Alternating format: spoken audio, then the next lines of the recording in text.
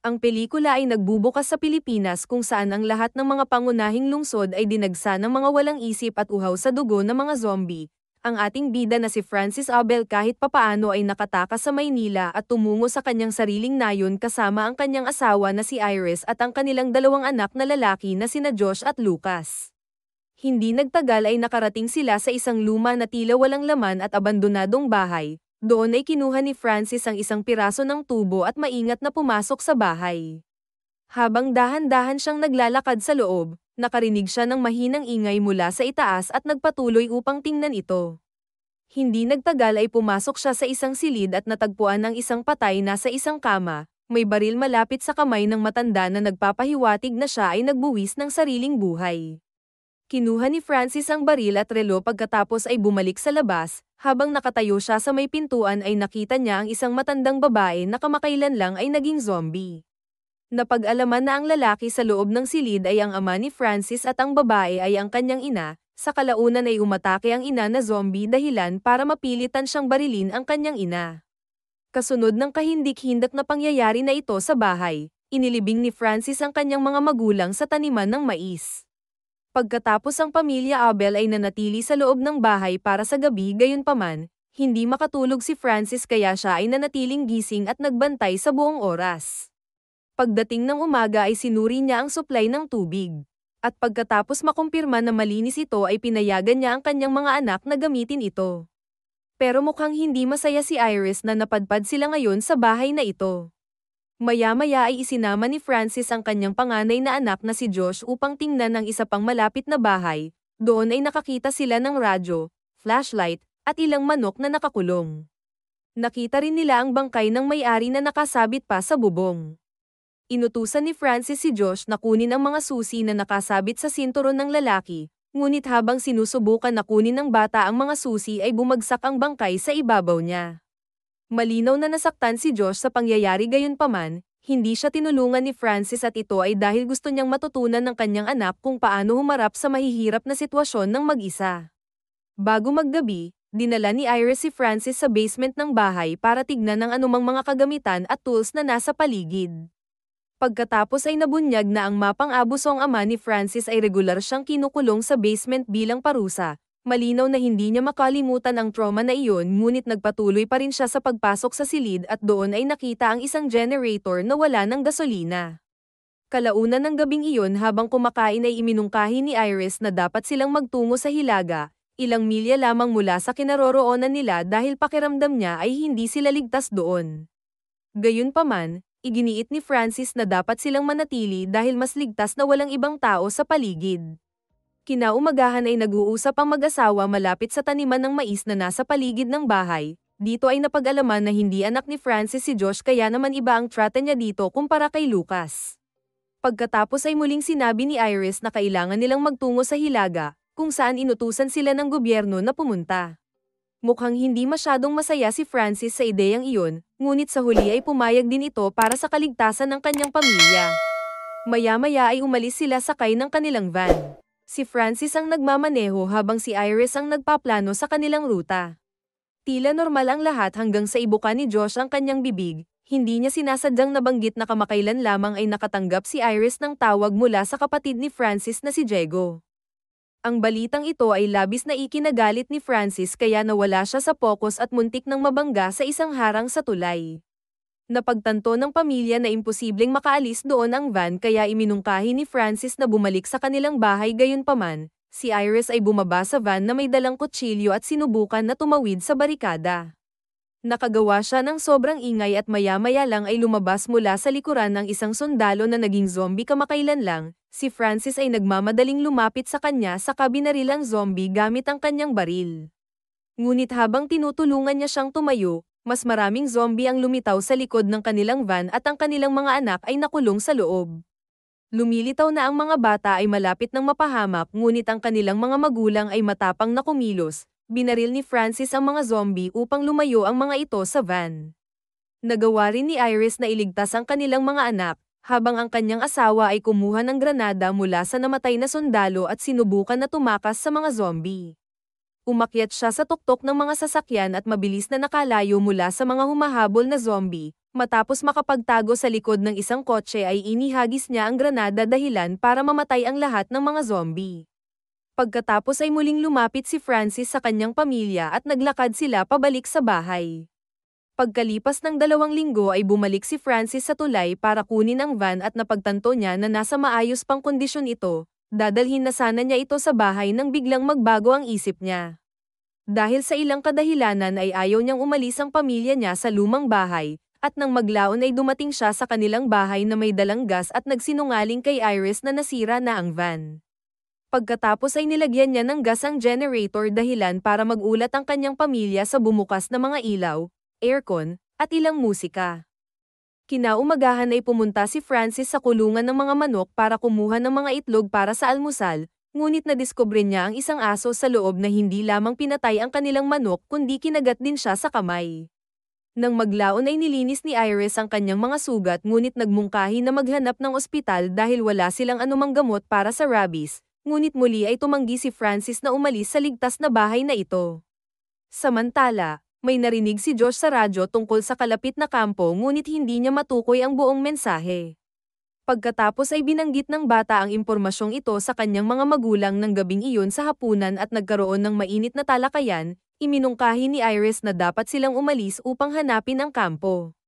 Gayunpaman, pinipilit ni Francis na manatili sa bahay na nagpapaalala sa kanya kung ano ang naranasan nila sa labas ng maraming beses. Kinaumagahan ay inaayos ni Francis ang kulungan ng manok nang lapitan siya ni Josh at hiniling na buksan ang generator. Diretsyong tumanggi si Francis sa kanyang kahilingan na humantong sa pagtatalo ng dalawa. Tinanong ni Francis si Josh kung kaya niyang pumatay para iligtas ang kanyang pamilya katulad ng ginawa niya sa tulay, at nang matapang na sumagot ang bata na kaya niya ay dinala siya ni Francis sa malapit na sakahan para turuan siyang gumamit ng baril. Gayunpaman ay narinig ni Iris ang mga putok ng baril at lumapit sa lugar. Doon ay nakita niya si Francis na pinahihirapan si Josh sa parehong paraan na pinahirapan siya ng kanyang ama noong bata pa siya. Haharapin na sana niya ang asawa nang biglang may dumating na ilang zombie sa lugar. Marahil dahil sa malakas na putok ng baril. Pagkatapos ang pamilya ay nagmamadaling umuwi na sinusundan pa din ng mga zombie, nilagyan nila ng harang ang mga pinto at tumakbo sa itaas ngunit ang kawan ng mga zombie ay nagawang itulak ang mga ito at nagawang makapasok sa loob sa pamamagitan ng pinto at mga bintana. Nang mukhang tapos na ang lahat para sa pamilya Abel, isang sasakyan ang dumating sa labas ng bahay at inakit ang mga zombie palayo. Pagdating ng umaga ay tumungo si Francis sa isang malapit na ilog at natuklasan na ang taong nagligtas sa kanila ay ang kanyang kapatid na si Diego. Mula sa kanilang pag-uusap ay mabigat na ipinahiwatig na si Josh ay talagang anak ni Diego. Pinag-usapan ng magkapatid ang kanilang mga nakaraan kung saan humingi ng paumanhin si Diego para sa lahat at ipinahayag na siya ay dumating upang tulungan sila. Gayunpaman si Francis ay puno ng pride at tinanggihan ang lahat ng tulong, bumunot pa siya ng baril at itinutok ito kay Diego. Hindi na nagugustuhan ni Diego ang paghaharap nila ng kanyang kapatid kaya naghanda na siyang umalis, ngunit bago siya magmaneho ay iniwan niya kay Francis ang mapa ng hilagang kampo. Pag-alis ni Diego ay kinuha ni Francis ang mapa at naghanda para sunugin ito, ngunit nagbago ang isip niya sa huling segundo. Hindi nagtagal ay bumalik siya sa bahay at nagsinungaling na si Diego ay patay na nang makarating siya doon. Pagkatapos ay sinimulan ni Francis ang pag-aayos ng bahay. Maya-maya habang naglalaro si Lucas, sinundan niya ang isang langaw na kalaunan ay nakarating sa basement.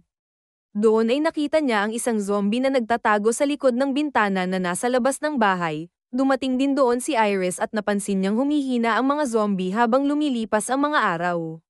Napagtanto niya na malapit nang mamatay ang mga nilalang na ito dahil sa kakulangan ng pagkain, at nangako kay Lucas na babalik din sa normal ang lahat. Ngunit lingid sa kanilang kaalaman, si Francis ay nakikinig mula sa likod ng pintuan ng basement. Maya-maya habang naglalakad sa bukid, nakahanap si Francis ng isang zombie na nasa parehong mahinang estado at agad itong pinatay. Pagkatapos ay nagsimula siyang gumawa ng isang kwento na nagsasabi sa kanyang pamilya na may ilang mga zombie na nananatili pa rin sa paligid ng bukid at halatang gusto niyang pigilan ang kanyang pamilya na lumabas. Kinagabihan habang kumakain sila ay isiniwalat ni Josh na may nakita siyang mapa sa gamit ni Francis. Ito ay may mga direksyon patungo sa isang kampo na nasa hilaga kung saan silang lahat ay magiging ligtas. Nang marinig ito ay nagsimulang kumilos si Francis ng pagiging mapang-angkin at sinubukan na kumbinsihin si Iris na dapat nilang palakihin ang kanilang pamilya sa bukid. Iminungkahi pa niya na magplano sila para sa isa pang anak gayunpaman, pinutol ni Iris ang kanyang punto na itinuturo na ang kanilang buhay ay hindi na normal tulad ng dati. Pinaalalahanan pa siya ni Iris na dapat niyang pagtuunan ng pansin kung paano sila mabubuhay dahil ang kanilang mga reserba na pagkain ay paliit ng paliit araw-araw. Sinabi din niya na maaari siyang makipagsapalaran at kumuha ng pagkain mula sa nakapaligid na lugar, at ang mungkahi na ito ay sapat na upang mag-apoy sa galit ni Francis at sinimulan niyang ibulalas ang mga problema na nararanasan nila ni Iris. Ibinunyag niya sa kanilang mga anak na pinaplano ni Iris na iwan sila bago magsimula ang pagsiklab ng zombie. Inamin nito ni Iris na sinasabing hindi na siya masaya sa kanyang buhay. Pagkatapos ay hiniling niya sa kanya na ibigay ang mapa para sa kapakanan ng kanilang mga anak, ngunit bilang tugon ay kinuha ni Francis ang mapa at agad itong sinunog. Kinaumagahan ay pumunta si Francis sa bukid para maghanap ng makakain ngunit tubo lang ang nakita niya, kinuha niya ang ilan sa mga iyon nang biglang may narinig siyang putok ng baril sa di kalayuan. Isa lang ang ibig sabihin nito, may mga tao sa malapit at nilalabanan nila ang mga zombie. Nang gabing iyon ay nagdala siya ng malaking piraso ng kahoy mula sa basement na ginagamit niya para lagyan ng harang ang pinto at saka ito ikinandado gamit ang kadena. Si Iris at Josh ay hindi na komportable dahil sa kanyang pag-uugali. Lalong nagalit si Francis nang sinabi ni Josh na ginagawa niya sa kanila ang dating ginagawa sa kanya ng kanyang ama. Ang galit na si Francis ay sinampal ang bata ngunit bago pa maging malala ang mga bagay ay nakarinig sila ng katok sa pinto. Hindi nagtagal ay narinig nila ang isang tao na nagpakilala sa kanyang sarili bilang isang sundalo na desperado na humihiling na papasukin siya. Tumanggi si Francis na tumulong, ngunit tinanggal pa rin ni Josh ang harang. Isang sugatan na sundalo na nagngangalang Corcuera ang bumagsak sa loob at humingi ng tulong medikal. Si Iris bilang isang nurse ay agad na tinulungan si Corcuera at nagtanong tungkol sa kanyang mga pinsala. Ibinunyag ng sundalo na siya ay mula sa kalapit na kampo, lumalabas na pabalik na ang kanyang convoy mula sa pangunguhan ng mga supply nang salakayin sila ng isang grupo ng mga zombie. Namatay ang lahat sa kanyang grupo at naiwan siyang nag-iisang nakaligtas. Muntik na siyang mahuli ng mga zombie, pero tinulungan siya ng isang lalaki at itinuro siya patungo sa bahay. Hinala ni Iris na ang misteryosong tumulong na ito ay si Diego. At sa kalaunan ay pumayag si Francis na tulungan si Corcuera ngunit iginiit na kailangan niyang magpalipas ng gabi sa basement. Makalipas ang ilang oras nang natutulog na ang lahat ay sinabi ni Josh kay Iris na aalis siya para hanapin si Diego at ang kampo. Inamin din niya na alam niya ang tungkol sa kanyang tunay na magulang ngunit itinuturing pa rin niyang tunay na ama si Francis. Kinaumagahan ay nadatnan ni Francis si Corcuera na nag-aalmusal kasama si Lucas, ngunit napansin niyang wala doon ang kanyang panganay na anak. Tinanong niya si Iris tungkol dito ngunit hindi ito tumugon, kaya ang galit na si Francis ay nagmamadaling hinanap si Josh ngunit nakita niyang walang tao sa kanyang kwarto. Dahil napagtanto na ang bata ay natakasan siya, si Francis ay napuno ng puot. Kinuha niya ang kanyang martilyo saka bumalik sa kusina, doon ay pinukpok niya si Corcuera sa ulo. Ang kanyang mag-ina ay natakot nang ang utak ng sundalo ay tumalsik sa buong hapagkainan. Lumapit si Francis kay Iris at nawalan ito ng malay sa pamamagitan ng isang marahas na suntok. Nang magising siya ay mabilis niyang nalaman na ikinulong siya ni Francis pati na rin si Lucas sa basement. Samantala, unti-unting nawawalan ng katinoan si Francis at nagsimulang gumawa ng mga masasamang plano. Pinatay niya ang asong kumain ng kanyang manok, niluto ang karne nito, pagkatapos ay nagtungo sa basement na nakasuot ng unipormeng militar ni Corcuera. Nang tumanggi ang kanyang pamilya na kainin ang karne, galit na binasag ni Francis ang plato sa sahig. Pagkatapos ay isiniwalat niya na noong bata pa siya. Pinaparusahan siya ng kanyang ama kapag hindi niya nauubos ang kanyang pagkain. Maya-maya ay nagplano si Iris at ang kanyang bunsong anak na tumakas mula sa lumang bahay. Sa sumunod na eksena ay biglang nagising si Francis mula sa kanyang pagkakaidlip dahil sa sigaw ni Lucas. Mabilis siyang pumunta sa basement ngunit pagpasok pa lang niya ay inatake na siya ni Iris. Bumagsak siya sa sahig at pansamantalang nawalan ng malay habang kinukuha ni Iris ang mga susi mula sa kanya, at sa wakas ay nakatakas ang mag-ina sa basement. Ilang sandali pa ay bumalik sa katinoan si Francis at sinubukan na sundan sila, ngunit napagtanto niya na siya ay nag-iisa sa basement at nagsimulang makakita ng mga alaala ng kanyang ama habang dinadala siya doon bilang isang parusa. Samantala, kumuha si Iris ng ilang bagay kabilang na ang isang kutsilyo at tumakbo palabas kasama si Lucas. Palabas na sila ng bahay nang bigla silang inatake ng zombie na si Diego. Nagudyok ito sa dalawa na tumakbo pabalik sa loob ng bahay ngunit nahawakan ni Diego si Iris sa paa. Nang sinubukan ng bata na tumulong, inatake siya ni Diego. Sa delikadong sandali ito ay lumabas si Francis mula sa basement upang iligtas ang kanyang pamilya. Nagawa niyang patayin ang zombie ngunit bago pa mangyari ito ay nakagat si Lucas sa kamay. Ngayon ay dalawa na lang ang pagpipilian nila, putulin ang braso ng bata o panoorin siyang mag-ibang anyo bilang isang zombie. Pinili ng emosyonal na si Iris ang unang opsyon at nagsimulang maghanda para sa proseso ng masakit na sandali. Sa kabutihang palad ay bumalik si Francis sa maayos na pag-iisip at sinabing kailangan nilang humanap ng ibang paraan. Sinabi niya sa kanya na kailangan nilang dalhin ang bata sa pinakamalapit na ospital. Dahil dito ay nagmamadaling pumunta si Francis sa tulay kung saan niya iniwan ang kanilang van ilang araw na ang nakakaraan, sa kasamaang palad ang mga bagay ay nagtapos sa tulay.